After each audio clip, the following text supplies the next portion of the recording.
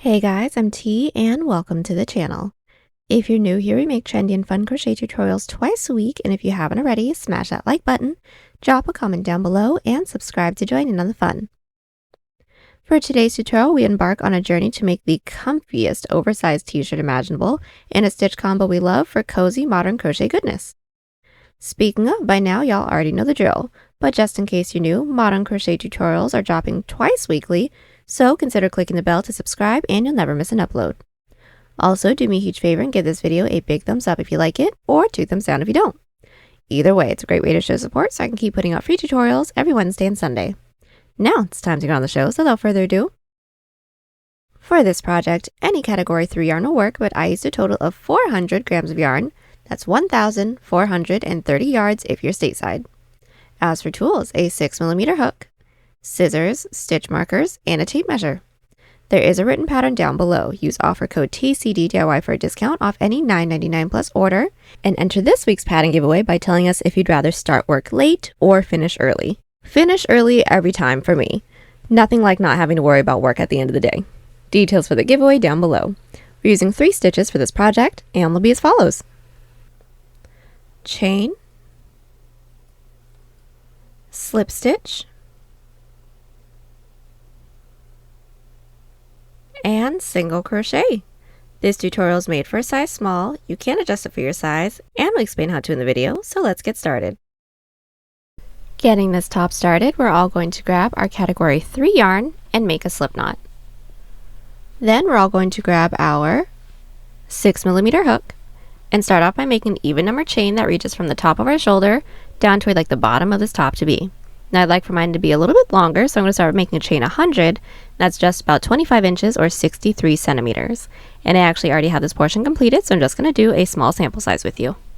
And just as a really quick tip, this top may shrink due to the moss stitches just a little bit. So after every few rows, just make sure that the length is still the length that you want it.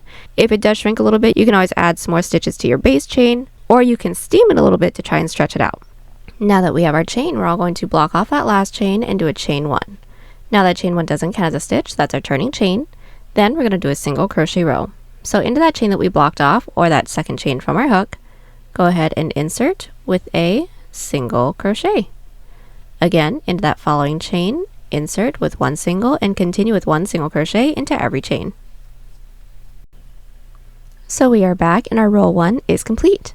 Now to get started on our second row, which is going to be a moss stitch row, we're going to chain 2. That first chain is going to count as our turning chain. That second chain is going to count as a stitch for the following row, and we're going to flip our work.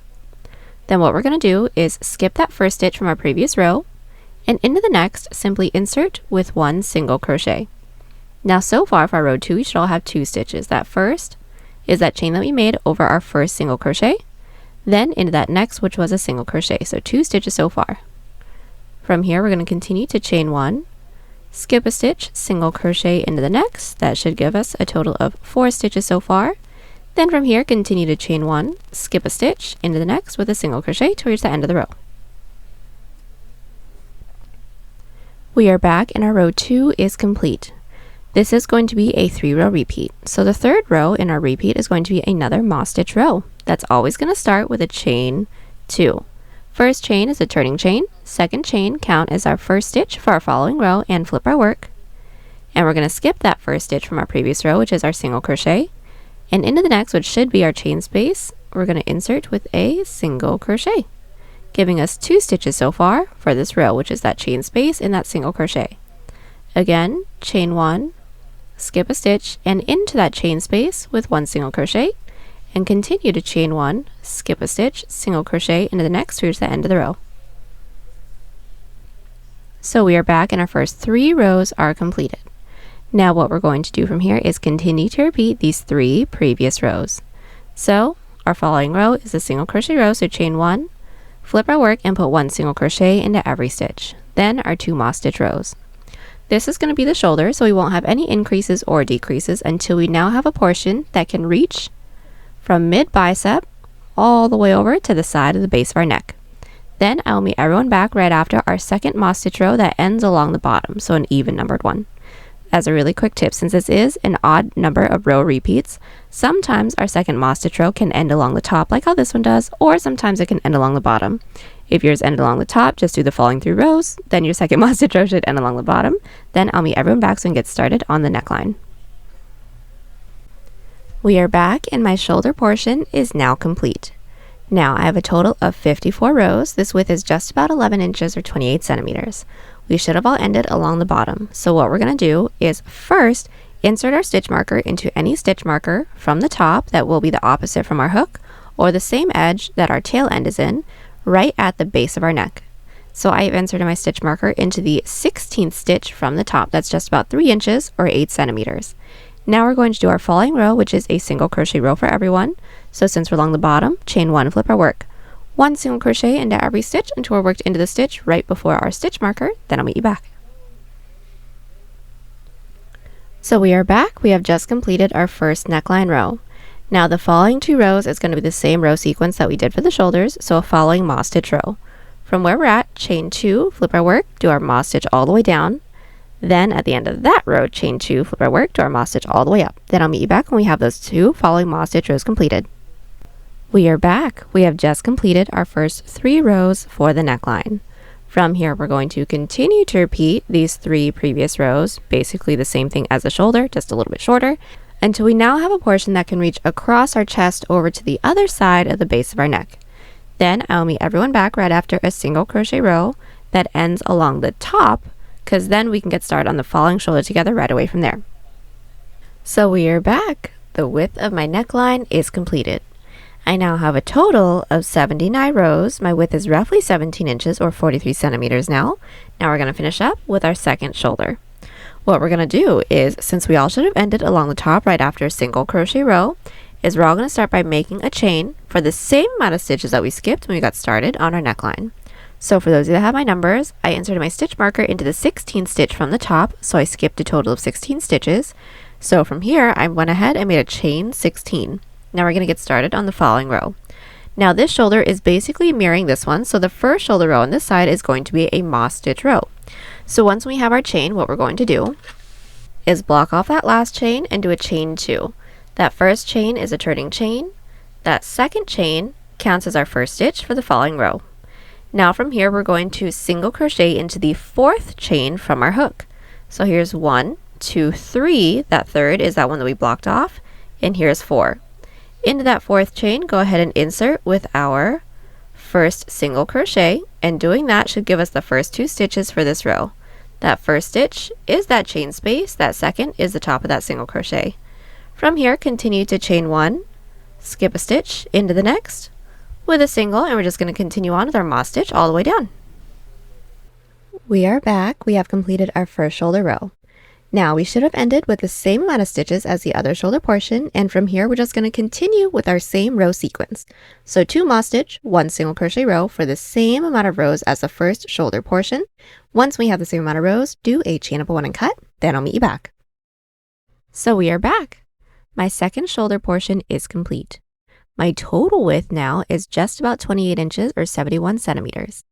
Now from here, we're going to get started on the back panel, and that's going to be done roughly the same way as the front panel, just without the neckline. So for the back panel, as you guys can see, I already have mine completed, but all we're going to do is make a chain for the same amount of chains that we made when we got started on the front panel. Then simply just do our single crochet, 2 moss stitch row repeat all the way across for the same amount of rows that we have for the front panel, with absolutely no increases, no decreases. So you're just going to have a very large panel. Once we have that completed, I'll meet everyone back so that we can seam up the shoulders together. So now that we have both our front and our back panel completed, we're now going to seam up the shoulders. So first things first, all we're going to do is place our front panel on top of our back panel. Then we're going to insert our hook into the top corner stitch of both the front and the back, and we're going to do a single crochet seam. So pulling our working yarn through and doing a chain up of 1 to secure. We're going to be putting 1 single crochet into every side row, working in through both the front and the back at the same time. So finding that first side row within the front panel, insert. First side row within the back panel, insert, single crochet. Again, next stitch into the front, insert, next stitch into the back, insert, single crochet, and that's it. We're going to continue doing this till we don't have any more side rows left to work into within the front panel. When we don't, do a chain up one and cut, then repeat on the other side. We've finished up our seam, now we're going to work on our collar. Now flipping our work right side out, right side up. Insert your hook into any stitch along the neckline. We're going to put one single crochet into every stitch and side row, making our way all the way around. Now, just as a really quick tip, this single crochet row is going to be as wide as this portion can stretch, so once when it's completed, try your piece on. If it's too tight, redo some stitches with a looser grip, or if it's too loose, you do some stitches with a tighter grip, then I'll meet you back. So we are back. Our single crochet row is complete. Now from here, we're going to get started on the length of our collar. So right after we have slip stitched into that chain space, we're all going to want to make a chain the length that we'd like for the collar to be. I'd like for mine to be just about 2 inches or 5 centimeters, so I'm going to start by making a chain 6. Now that we have our chain, we're going to block off that last chain and do a chain 1. Into that chain that we blocked off, or the second chain from our hook, we're all going to insert with a slip stitch. So insert, yarn over, and gently pull through both loops on our hook. We want to make sure that we're not tugging through too tightly, otherwise the falling row will be too tight to work into. Again, into that next chain, yarn over, pull through everything. Again, next chain, yarn over, pull through everything. From here, continue with one slip stitch into every chain. Now that we've made our way down with our first row, we're going to connect it into the base. So connecting it, we're just going to find that first stitch into the base, insert with a slip stitch. That slip stitch doesn't count as a stitch. To work our way up to the following row, slip stitch into that following stitch into the base, still does not count as a stitch, and flip our work. Now put one back loop slip stitch into every stitch. So finding the last stitch from our previous row, not worked into any of those slip stitches into the base, insert into that back loop, yarn over, gently pull through everything. From here, continue with one back loop slip stitch into every stitch. At the end of the row, chain 1, flip our work, and put one back loop slip stitch into every stitch again, and I'll meet you back at the end of our row 3. We have completed our first 3 rows. Now, connecting it into the base again, finding that next available stitch into the base, insert with a slip stitch. Does not count as a stitch. Then, to work our way up to the following row, slip stitch into that following stitch, into the base, flip our work, and one back loop slip stitch into every stitch. From here, continue repeating these 2 previous rows with no additional increases or decreases until we don't have any more stitches left to work into. When we don't, I'll meet you back to seam it together. So we have made our way all the way around with our back loop slip stitch rows. Now we don't have any more stitches left to work into, so now we're going to seam it up doing an outside loop slip stitch seam. So making sure that our work is flipped right side out, we're going to insert our hook into the corner stitch of both the front and the back panel. Then when we have our hook into the corner stitches, we're going to yarn over, pull through everything, do a chain up of 1 to secure. Then just finding that first available stitch into the front panel, we're going to insert in through that front loop only. Then, finding that next available stitch into the back panel, we're going to insert in through that back loop only. Then, when we have these 3 loops on our hook, we're all going to yarn over, pull through all 3 of these loops. Let's do that again. Next stitch into the front panel, insert in through that front loop. Next stitch into the back panel, insert in through that back loop. Then yarn over, pull through all 3 loops. Continue this until we don't have any more stitches left, then do a chain up of 1 and cut. So we are back. Now that our collar is all seamed up, the next thing we're going to do is seam up our sides.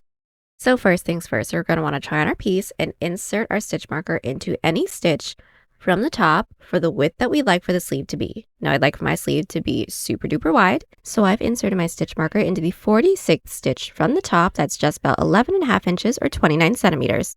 Now from here, we're going to make sure that our work is flipped wrong side out, meaning our shoulder seams is still along the outside. Then we're going to insert our hook into the bottom corner stitch of both the front and the back panel. We're going to insert our yarn onto our hook, pull through, and do a chain up of 1 just to secure.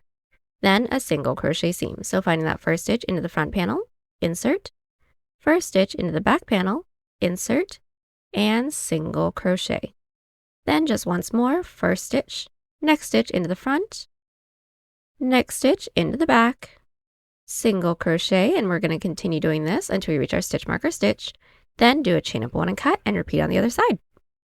So we are back. Now that everything is all seamed up, we're ready to get started on the sleeve. So first things first, we're going to make sure the work is flipped right side out, right side up. Then we're going to insert our hook into the stitch that we have that's nearest to our side seam within the armhole. Then we're all going to start by making an even numbered chain the length that we like for the sleeve to be. Now, I'd like for mine to be fairly short, just about 4 inches or 10 centimeters, so I'm going to start by making a chain 16.